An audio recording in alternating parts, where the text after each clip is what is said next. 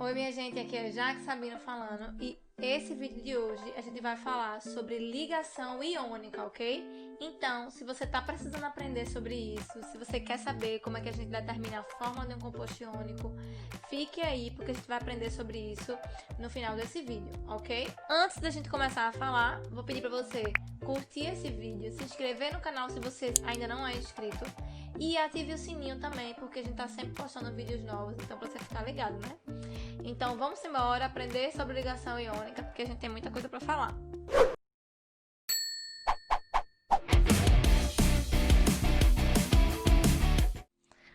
Pronto, vamos lá, gente. É o seguinte, existe um vídeo anterior a esse, né, que é um vídeo mais introdutório, né, que eu explico por que os elementos se ligam e falo um pouquinho sobre a regra do octeto, tá? E hoje a gente vai falar um pouquinho sobre ligação iônica. Como vocês podem ver, são 3 tipos de ligação, né, que os átomos formam, que é a ligação covalente, a ligação metálica e a ligação iônica. E hoje a gente vai focar aqui só na ligação iônica, ok? Então vamos lá. Primeira coisa que eu quero falar para vocês, antes até de falar essas características aqui, é que a ligação iônica ela ocorre entre elementos com grande diferença de eletronegatividade. Então, se você não está muito lembrado o que é a eletronegatividade, dá uma olhadinha aí no canal, porque tem um vídeo explicando sobre as propriedades periódicas, e aí eu explico bem direitinho sobre essa propriedade, tá? Então, o que eu quero focar aqui é que, para que a ligação iônica aconteça, os elementos, né, que vão se ligar, eles precisam ter uma grande diferença de eletronegatividade. Ou seja, essa ligação vai acontecer entre um elemento que tem muita eletronegatividade e um elemento que tem pouquíssima eletronegatividade. Então, só para a gente lembrar, né, como é que funciona a eletronegatividade na tabela periódica? Bom, a eletronegatividade ela aumenta da esquerda para a direita e de baixo para cima. Lembrando que essa propriedade a gente ignora aqui os gases nobres, né? Então, ignorando os gases nobres, né? A gente vai ter que o elemento mais eletronegativo é o flúor. Mas nesse caso eu não quero nem focar no mais eletronegativo. Eu quero focar em quê? Que de maneira geral, essa região aqui da tabela periódica, ó, essa região aqui da tabela periódica, a gente encontra, né, os ametais, né?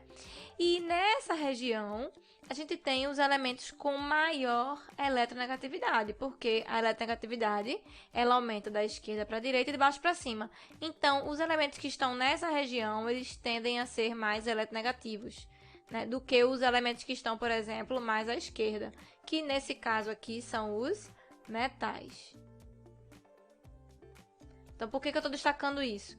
Porque, geralmente, a ligação iônica ela vai acontecer entre ametais e metais. Por que isso vai acontecer, Jaque? Porque, como eu falei anteriormente, ela vai acontecer entre elementos com grande diferença de eletronegatividade.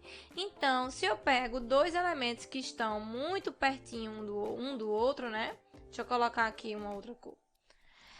Se eu pego 2 elementos que estão vizinhos na tabela periódica, eles vão ter grande diferença de eletronegatividade? Não. Agora, quanto mais distante, quanto mais um tiver à esquerda e o outro tiver à direita, maior vai ser essa diferença de eletronegatividade. E maior vai ser o caráter iônico da ligação que acontecer entre esses 2 elementos. Então, de maneira geral, coloco aqui para vocês que a ligação iônica ocorre geralmente entre metais e ametais. Por que eu coloquei geralmente bem destacado aqui? Porque o que de fato determina se a ligação é iônica ou não é a diferença de eletronegatividade e não se o elemento é metal ou ametal. Aí por que eu estou falando disso? Porque eu posso ter um metal aqui, por exemplo, aqui até circulei Pronto, vou botar um metal aqui. Então, eu posso ter um metal aqui coladinho com um ametal. E a diferença de eletronegatividade entre esses elementos não vai ser muito grande. Então, você tem uma chance aí dessa ligação não ser considerada como sendo uma ligação iônica. Mas já que... E agora? Como é que eu faço? Olha, vá no geralmente, né? Geralmente são alguns casos pontuais em que acontece de você ter um metal e um ametal e a ligação não ser iônica. Mas, de maneira geral, vai acontecer assim, tá? Então, você pode seguir essa regra dos metais e dos ametais. Eu só queria deixar claro para vocês que nem sempre vai ser assim, não é uma regra tipo 100%, tá? Então vamos lá. Bom, mas como é que acontece a ligação iônica? Por que que ela acontece entre elementos com grande diferença de eletronegatividade? A eletronegatividade, só para lembrar vocês, é a tendência que um átomo tem em atrair os elétrons do outro átomo, né? Então, eu tenho aqui dois átomos A e B, e eu vou considerar que o átomo B, no caso o núcleo de B, ele está aqui atraindo o elétron de A, e o núcleo do átomo A também está atraindo os elétrons, né, de B, ok? Só que o que acontece? O que é a eletronegatividade? A eletronegatividade vai me dizer a intensidade dessa atração. Então, se eu disser que B é mais eletronegativo, eu estou dizendo que a força com que B atrai os elétrons de A é maior do que a força que A atrai os elétrons de B. E quando essa diferença é muito, muito grande, o que vai acontecer? Um dos átomos, ele vai atrair tão fortemente o elétron do outro, que ele vai puxar esse elétron para perto dele, puxar para perto dele, puxar para perto dele, puxar para perto dele, até que esse elétron saia, seja arrancado, vamos dizer assim, de A. Então, o átomo B, ele vai atrair esse elétron com tanta força, que ele vai arrancar o elétron de A para ele. E aí, o que vai acontecer? Eu vou dizer que houve a transferência. Aí agora não é mais eletronegatividade, né, nesse caso aqui, porque esse elétron passa a ser dele. Agora ele está atraindo o elétron dele. Então, o que foi que aconteceu aqui? O que eu acabei de descrever aqui agora? Houve a transferência de elétrons. No caso de um elétron, né? Houve a transferência de um elétron de um átomo A para um átomo B. Mas, por que isso aconteceu? Por que é necessário uma grande diferença de eletronegatividade? Porque esse elétron, inicialmente, quando ele estava aqui, ele estava sendo atraído pelo núcleo dele, né? De A. Só que ele também, como esses átomos estão próximos, ele também estava sendo atraído por B. E a atração que ele teve por B acabou sendo maior do que a atração que ele tinha por A. E o que foi que aconteceu? Ele deixou de ser atraído por A para ser atraído por B. O elétron foi transferido de um átomo para outro. E a partir do momento que acontece essa transferência de elétrons, o que é que vai acontecer? O átomo A, ele vai se transformar em um cátion, porque ele perdeu um elétron, e o átomo B vai se transformar em um ânion. Uma coisa que eu queria deixar mais clara, que eu não sei se ficou tão claro assim, é por que tem que ter uma grande diferença de eletronegatividade. Porque se o átomo A estivesse atraindo esse elétron com muita, muita força, o átomo B não ia conseguir arrancar esse elétron.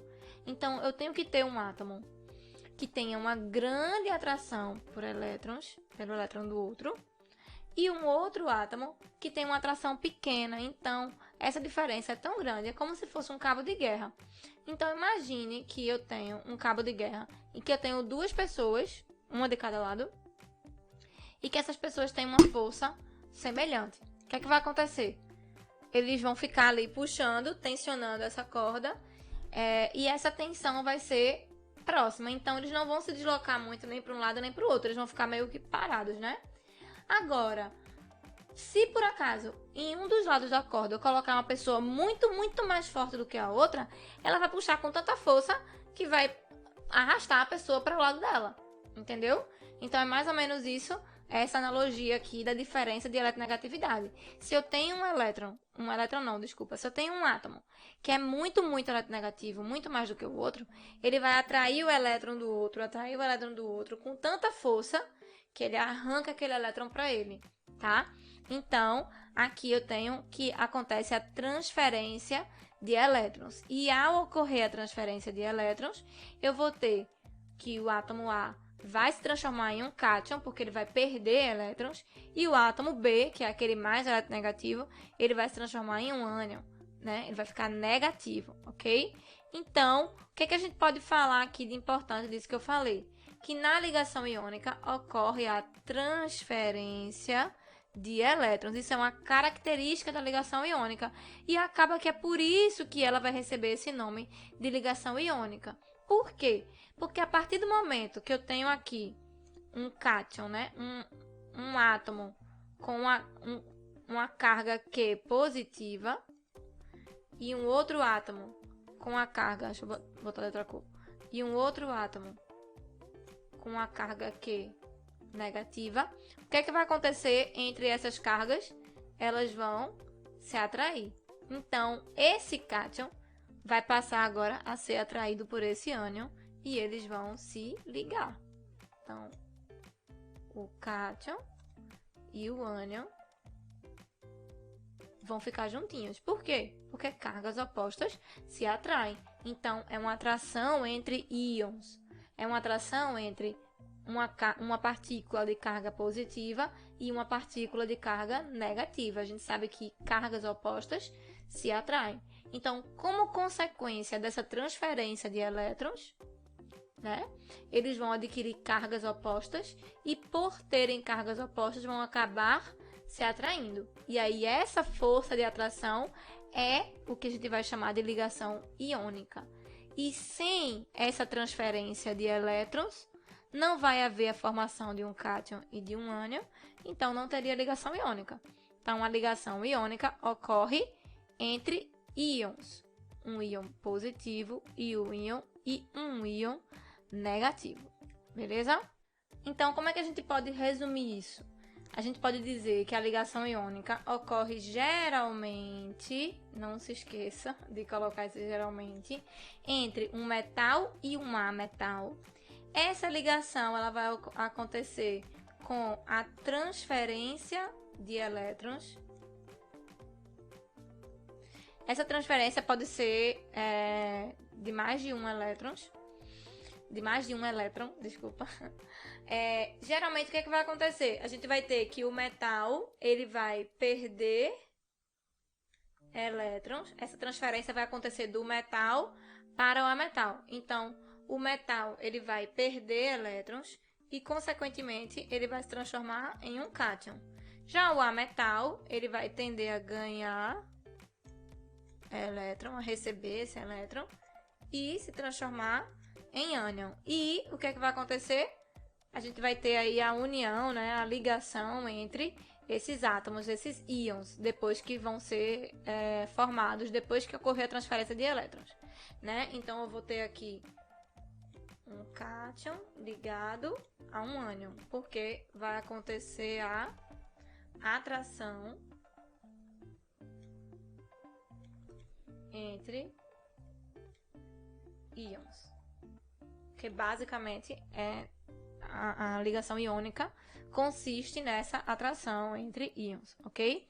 Bom, e aí eu vou falar um pouquinho sobre a determinação da fórmula do composto iônico. Mas antes de eu falar como é que a gente determina a fórmula do composto iônico, eu queria mostrar para vocês o seguinte, porque tem uma coisa que é bem importante que vocês entendam, que geralmente quando a gente pensa numa fórmula, por exemplo, que nem a fórmula da água, né? A gente pensa muito numa estrutura molecular. Essa estrutura, eu acredito que é a estrutura que está mais comum na nossa cabeça. Enfim, eu não sei explicar, mas é uma coisa que eu vejo muito na sala de aula, que a gente associa muito uma fórmula a uma estrutura limitada, como uma molécula. Então, o composto iônico, na verdade, ele não é um composto molecular, ele não forma moléculas. A molécula, ela tem um número fixo de átomos. Então, quando eu falo que uma molécula de água é H2O, eu estou dizendo que uma molécula de água ela vai ser formada por 3 átomos. É pela junção de 3 átomos. E é um número fixo. A molécula tem um número fixo de átomos. Enquanto que o composto iônico ele é formado por uma estrutura semelhante a essa que eu tenho aqui nessa imagem, ó. E essa estrutura aqui a gente chama de retículo cristalino. calma, porque não é retículo endoplasmático, sei lá o que. Toda vez que eu falo retículo, você só pensa em quê? Endoplasmático, mas não é. É retículo cristalino, ok? Então, o retículo cristalino, o que é o retículo cristalino? Vocês estão vendo que isso aí é diferente de uma molécula. O retículo cristalino, ele é um aglomerado de íons. Nesse caso aqui específico, isso aqui é um retículo cristalino iônico. Então, eu estou colocando aqui características do retículo iônico, beleza? Porque existem outros tipos de retículo cristalino também, que a gente vai ver mais na frente. Então, o retículo cristalino, ele é um aglomerado de íons, nesse caso de cátions e ânions. Ele não tem um número fixo de íons, no caso de átomos, né? Tipo, eu estou colocando íons porque esse não é formado por átomos neutros, e sim por átomos carregados positivamente e negativamente.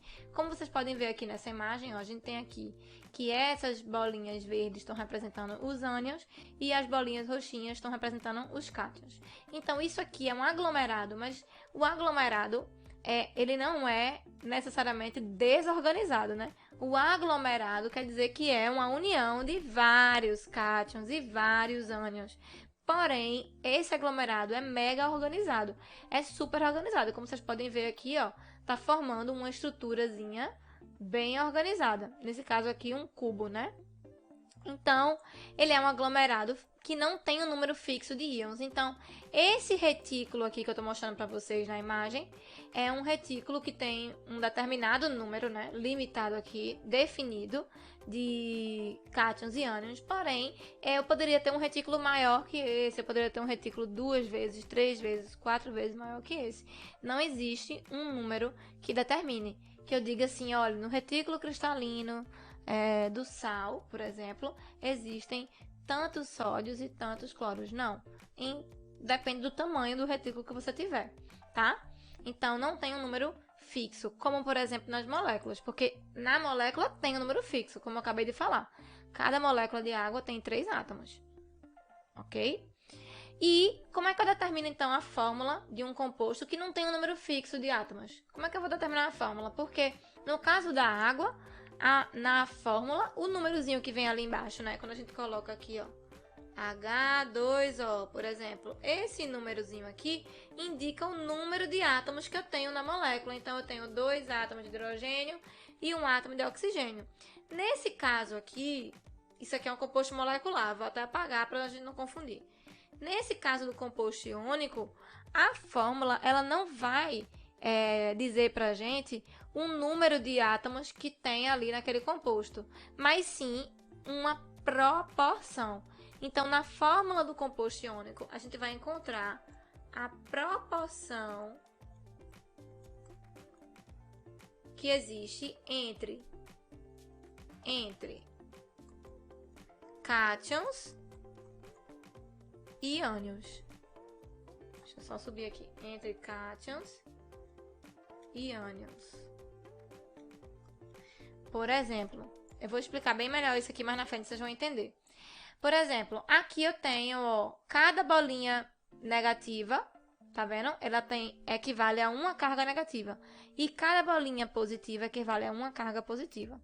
Então, aqui, cada cátion anula a carga de cada ânion. Então, cada cátion anula a carga de cada ânion. Então, a proporção aqui, se você observar, vamos dizer que aqui eu tenha, chutando, né? Vamos dizer que aqui eu tenha 50 cátions. Se eu tiver 50 cátions, eu tenho 50 cargas positivas. E eu vou ter também 50 ânions, que seriam 50 cargas negativas. Então, a proporção aqui entre esses cátions e esses ânions aqui é de 1 para 1. Para cada cátion, eu vou ter um ânion. Então, a fórmula aí desse composto traria essa proporção e não a quantidade. Se você não entendeu, fique calmo aí, porque eu vou explicar agora a fórmula e você vai entender o que eu tô querendo dizer, tá? Então, fique aí, porque a hora é agora, porque eu vou falar aqui como é que a gente determina a fórmula do composto.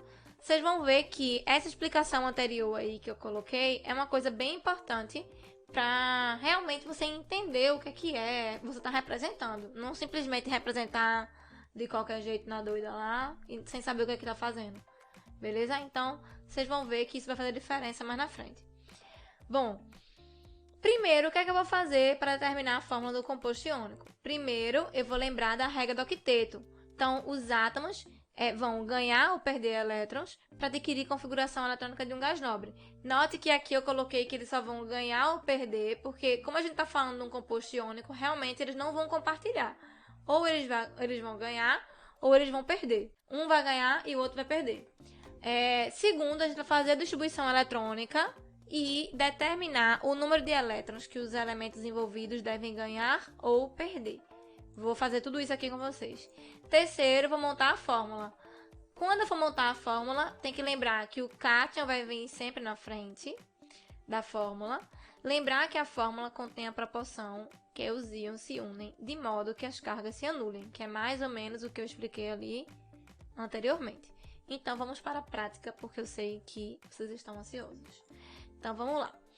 Seguindo passo a passo. O que é que eu vou fazer aqui? Ó, eu coloquei 3 exemplos. Vamos fazer aqui um passo a passo. Primeiro, eu vou fazer a distribuição eletrônica, né? 1s2, 2s2, 2p6, 3s1. Vou fazer logo do de baixo também, que aí a gente já termina essa parte. 3s2, 3p5, tá? E agora, o que é que a gente vai fazer? Eu vou ver aqui quantos elétrons eles têm em cada camada. Ó, aqui ele tem 2 elétrons na primeira, 8 na segunda e 1 na terceira. Aí eu pergunto para você, esse elemento é estável? Não. Por quê? Porque para ele ser estável, ele precisa ter 8 elétrons na camada de valência. Isso se ele tiver mais de uma camada, né? Se ele tiver uma camada só, ele vai ficar estável com 2 elétrons, porque ele vai ficar igual ao hélio. Então, ele precisa ficar com a configuração de um gás nobre. Então, para que o sódio, esse átomo de sódio aqui, adquira a configuração eletrônica de um gás nobre, 2 coisas poderiam acontecer com ele. Ou ele ganharia 7 elétrons, porque se ele ganhasse 7 elétrons, como ele tem 3 camadas, e ele tem 1 elétron na última camada, se ele ganhasse 7, ele ficaria com 8 elétrons. Beleza? Ou uma segunda coisa poderia acontecer. Ele poderia perder um elétron. E ao perder um elétron, essa camada aqui ela vai deixar de existir. Se essa camada deixar de existir, quem é que vai ser a última camada agora do sódio? A última camada do sódio vai ser essa aqui, ó, 2s2, 2p6, e ele vai ter 8 elétrons na camada de valência. Eita, apaguei sem querer. Foi mal, minha gente. Deixa eu escrever aqui de novo. Então, se ele perder um elétron, ele vai ficar com 8 elétrons na camada de valência. Então, vocês têm que sempre pensar que a natureza ela é econômica e ela é prática também. Então, é muito mais fácil ele perder um elétron do que ele ganhar 7. Então, o que é que vai acontecer com esse átomo? Ele tem a tendência em perder um elétron. E ao perder um elétron, ele vai se transformar no cátion Na+. Ok? Então, essa é a tendência do sódio. Se alguém lhe perguntar o que é que deve acontecer com o sódio para que ele fique estável, você vai responder, ele deve perder um elétron. Ok? Vamos agora observar o que é que vai acontecer com o cloro. No caso do cloro, ele tem 2 elétrons na primeira camada, 8 na segunda e 7 na última. Não se esqueçam de somar, né, os elétrons aqui totais. Então, ele tem 2 aqui, 5 aqui, 7. No caso do cloro, ele poderia perder os 7 elétrons e ficar com a configuração igual do sódio. Ou ele pode ganhar um elétron, né? Porque se ele ganhar um elétron, ele também vai ficar com 8.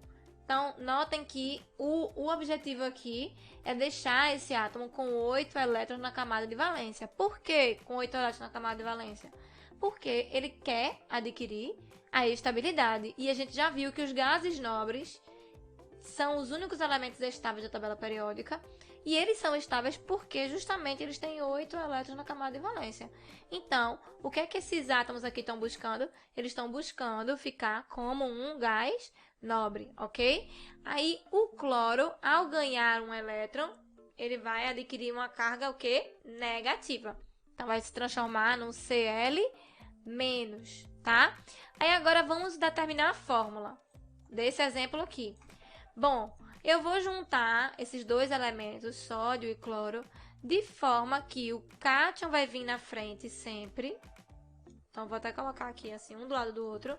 O cátion vai vir na frente e eu vou juntar eles numa proporção em que as cargas se anulem. Nesse caso, como o sódio ele tem uma carga positiva e o cloro tem uma carga negativa, quando eu juntar esses dois, as cargas vão se anular. Mais um com menos um vão se anular. Então, a fórmula desse composto aí vai ser NaCl, que significa dizer o quê? Que para cada átomo de sódio, você vai ter um átomo de cloro. Significa que a proporção entre esses íons aí no retículo cristalino é de 1 para 1. Então, se em um retículo você tiver 1 milhão de átomos de cátions, né, de Na+, você vai ter 1 milhão de Cl-. Se você tiver 1 mol de Na+, acho que tem gente que nem sabe o que é mol ainda, né? 1 mol de Na+, você vai ter 1 mol de Cl-. Então, basicamente, isso aqui, essa fórmula indica uma proporcionalidade, tá? De 1 para 1. Um anula o outro. Agora, vamos fazer um segundo exemplo aqui. O cálcio. Aqui vai ficar distribuição eletrônica. 2p... Eita, tô doida, fiz errado a distribuição, foi mesmo. 2p6, 3s2, 3p6, 4s2. E do oxigênio, 1s2, 2s2, 2p4, né? Então, vamos lá. Aí, quando a gente vier aqui, ó, para a parte da identificação, né, do número de camadas e tudo mais, a gente vai ver que aqui a gente tem duas elétrons na primeira camada, 8 na segunda, 8 na terceira, e ele tem 2 elétrons na última camada. Então, o que é que eu posso falar aqui sobre o cálcio? Ele quer ficar com 8. O nosso objetivo é deixar ele com 8 elétrons. Então, para que ele fique com 8 elétrons, ou ele ganharia 6, ou ele perderia 2. Então, a gente vai sempre para o que estiver mais próximo de acontecer. Então, nesse caso, é mais perto, né? Tá mais próximo para ele perder 2 elétrons. E aí, ao perder 2 elétrons, ele vai se transformar em Ca mais 2. Lembrando que cada elétron que ele perde é uma carga positiva. Então, se ele perde 1, mais 1. Se perde 2, mais 2. Se perde 3, mais 3. E assim por diante. E aqui, o oxigênio, a gente vai ter que ele tem 2 elétrons na primeira camada e 6 elétrons na última. Então, como ele tem 6 elétrons na última, tá mais perto para ele ganhar 2 do que perder 6. Então, o que vai acontecer com o oxigênio é que ele vai ganhar 2 elétrons, né? Ao ganhar 2 elétrons, o que é que vai acontecer com ele? Ele vai adquirir carga mais 2. Então, ele vai se transformar em O menos 2. Aí, vamos agora para a fórmula. Eu tô colocando aqui, tô começando pelas fórmulas mais fáceis e depois eu vou explicar para vocês como é que a gente faz as outras fórmulas. Não fiquem preocupados, não. Então, aqui eu vou ter Ca mais 2, O menos 2. Lembrando que, como aqui eu tenho mais 2 e menos 2, mais uma vez eu tenho que a proporção entre esses íons aqui vai ser de 1 para 1. Por quê? Porque a carga de um cálcio, mais 2, vai anular a carga de um oxigênio, menos 2, porque eles têm exatamente a mesma carga, só que com sinais opostos. Então, quando eu juntar esses dois aqui, a fórmula vai ser CaO. Beleza? Aí agora você vai me perguntar assim, Jaque, beleza. Até aí tudo bem, mas isso aí tá muito fácil. Como é que eu faço? E se eles não tiverem a carga igual, como é que eu vou fazer? Vou fazer exatamente um exemplo. O terceiro exemplo aqui, eu tenho o Na e o O. Aí vamos relembrar aqui, ó. O Na, a tendência dele é de se transformar em um cátion de carga mais 1. O oxigênio, a tendência dele é se transformar em um ânion de carga menos 2. Se eu juntar um sódio com o oxigênio, essas cargas vão se anular? Não, não vão. Por quê? Porque aqui eu tenho uma carga positiva. Vou até dividir aqui para vocês verem, ó. Eu tenho uma carga positiva e eu tenho, vou colocar assim, vai ficar melhor. E eu tenho duas cargas negativas. Então, não está equivalente aí, essas cargas não estão equivalentes. Então, eu vou ter que mudar a proporção. A proporção não é de 1 para 1. Então, nesse caso, qual vai ser a proporção? Olha só, Se aqui tá faltando carga positiva, então eu vou dobrar aqui a quantidade de sódios. Então tá faltando uma carga positiva. Então eu vou ter que ter 2Na+.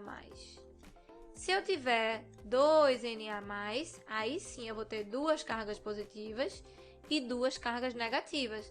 Então significa dizer que a fórmula desse composto vai ser Na2O. Por que a fórmula desse composto vai ser Na2O? Porque a proporção, né, entre esses íons aqui é de 2 para 1. De 2 para 1.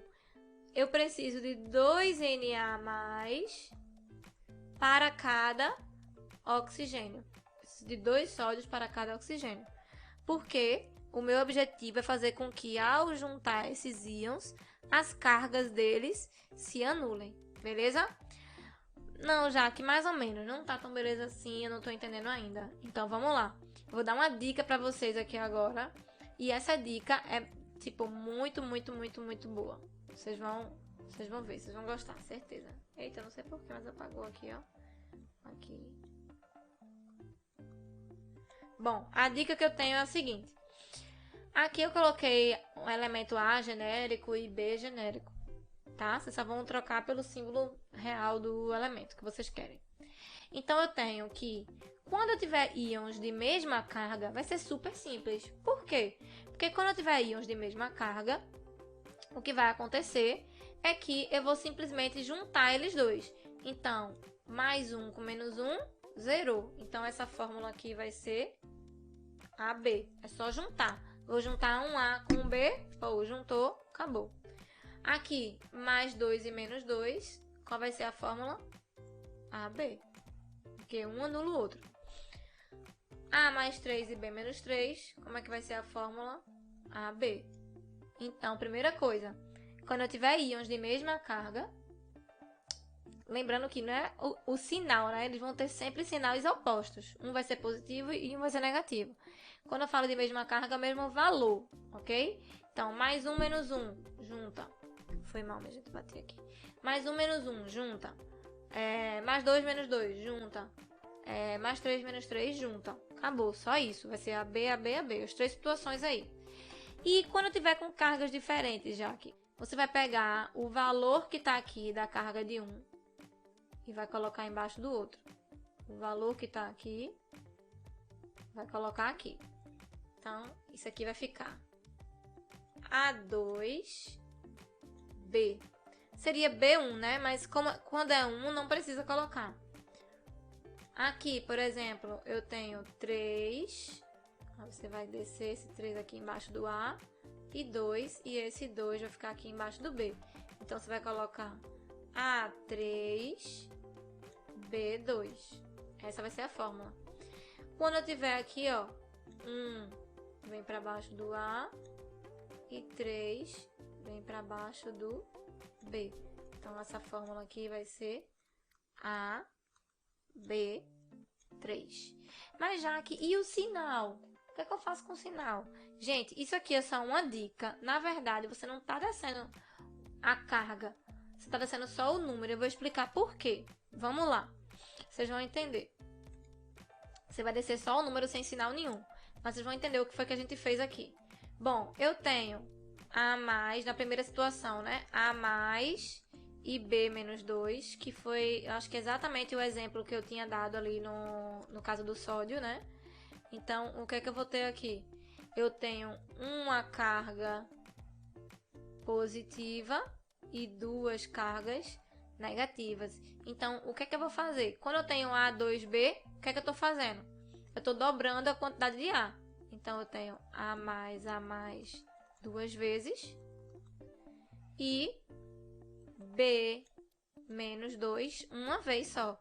Então, se eu tiver A mais B menos 2, eu vou ter mais duas cargas positivas e duas cargas negativas. Então, essas cargas vão se anular e a fórmula vai ser A2B. Do mesmo jeito, esse exemplo aqui de baixo. Se eu tenho A3B2, o que é que significa isso? Significa... Deixa eu só puxar pra cá. Eita, acho que... Vou botar aqui do ladinho, então. O que é que significa eu ter A3B2? Significa dizer que eu tenho A mais 2 3 vezes e B menos 3 2 vezes. Então, B menos 3, B menos 3. Se a gente for olhar as cargas aqui, o que é que a gente vai ter? A gente vai ter 6 cargas positivas de um lado, 6 cargas negativas do outro. Então, notem que essa é a proporção que eu tenho que ter para que as cargas se anulem. Eu tenho que ter 3 cátions, né, A mais 2 e 2 ânions B menos 3. Então, nessa proporção, as cargas se anulam. Por isso que a fórmula vai ser A3B2. Quando a gente desce aqui, isso aqui é mais uma dica, mas por isso que vocês vão esquecer o sinal, porque na verdade você não está descendo a carga, você está descendo realmente o número, você está multiplicando o elemento desse lado de cá por 3 e multiplicando esse elemento aqui por 2, tá? Bom, era essa dica que eu queria dar para vocês em relação à fórmula. Eu espero que vocês tenham gostado. E tem mais uma outra dica que eu queria dar a vocês, a última dessa aula, que é o seguinte: a gente também pode relacionar, sabe aquele momento em que você vai fazer a distribuição eletrônica e você quer saber se o elemento vai ganhar ou vai perder elétrons? Então a gente também pode relacionar isso com, vou até puxar a setinha para cá, que é uma outra dica, a gente pode relacionar isso com a tabela periódica. Então o que é que vai acontecer? A gente vai observar que os elementos da família 1A, eles vão sempre tender a perder um elétron e eles vão sempre formar cátions de carga mais 1. Os elementos da família 2A, eles vão sempre tender a perder 2 elétrons e formar um cátion de carga mais 2. Os elementos da família 3A, eles vão sempre tender a perder 3 elétrons e ficar com um excesso de carga mais 3, né? Aí a família 4A, a gente pode pular. Assim, ele não vai ter uma tendência fixa em ganhar ou perder, tá? Então, por isso eu gosto de pular aqui quando eu vou falar dessa dica. E aí, quando a gente vem para a família 5A em diante, o que é que a gente vai ter? Os elementos da família 5A, eles tendem a ganhar 3 elétrons e adquirir carga menos 3. Os elementos da família 6A, eles tendem a ganhar 2 elétrons e ficar com carga menos 2. E os elementos da família 7A, eles tendem a ganhar 1 elétron e ficar com carga menos 1, certo? Então, isso aqui é uma boa dica. Por quê? Porque se você já sabe, por exemplo, vamos dizer, eu já sei que o sódio é da família 1A, eu não preciso fazer distribuição eletrônica, eu já sei que o sódio, para ficar estável, vai se transformar em Na+. Eu já sei que o flúor é um halogênio da família 7A. Então não preciso fazer distribuição eletrônica. Eu já sei que ele vai ficar com carga menos 1. E isso é muito importante, principalmente para quem vai fazer vestibular, Enem, SSA, enfim. Porque isso é uma questão de tempo, né? Você consegue economizar muito tempo, né, na questão e não ter que ficar fazendo distribuição eletrônica e pensando se vai ganhar, se vai perder e tal. Então, isso é uma dica muito boa e eu acho que vocês devem levar em consideração, ok? Bom, eu espero que vocês tenham gostado do vídeo. Eu não sei, talvez tenha ficado um pouco extenso, mas realmente esse assunto é um assunto grande. Mas enfim, eu espero que vocês tenham entendido. Deixem aí nos comentários se vocês entenderam, se vocês ficaram com alguma dúvida, porque eu preciso muito desse feedback de vocês para poder ir melhorando, beleza? E se vocês gostaram, não esqueçam de curtir, de se inscrever também no canal, tá certo? E semana que vem tem mais vídeo. Eu vou continuar com essa parte de ligações químicas e a gente vai falar ainda sobre a ligação covalente, sobre a ligação metálica. E quando eu terminar, eu vou fazer um vídeo só explicando as propriedades desses compostos, né? E a diferença, né, entre as propriedades dos compostos iônicos, metálicos e covalentes. Então, ative o sininho aí, porque sempre que eu estiver postando um vídeo novo, você vai saber, tá bom? Um beijo e até a próxima!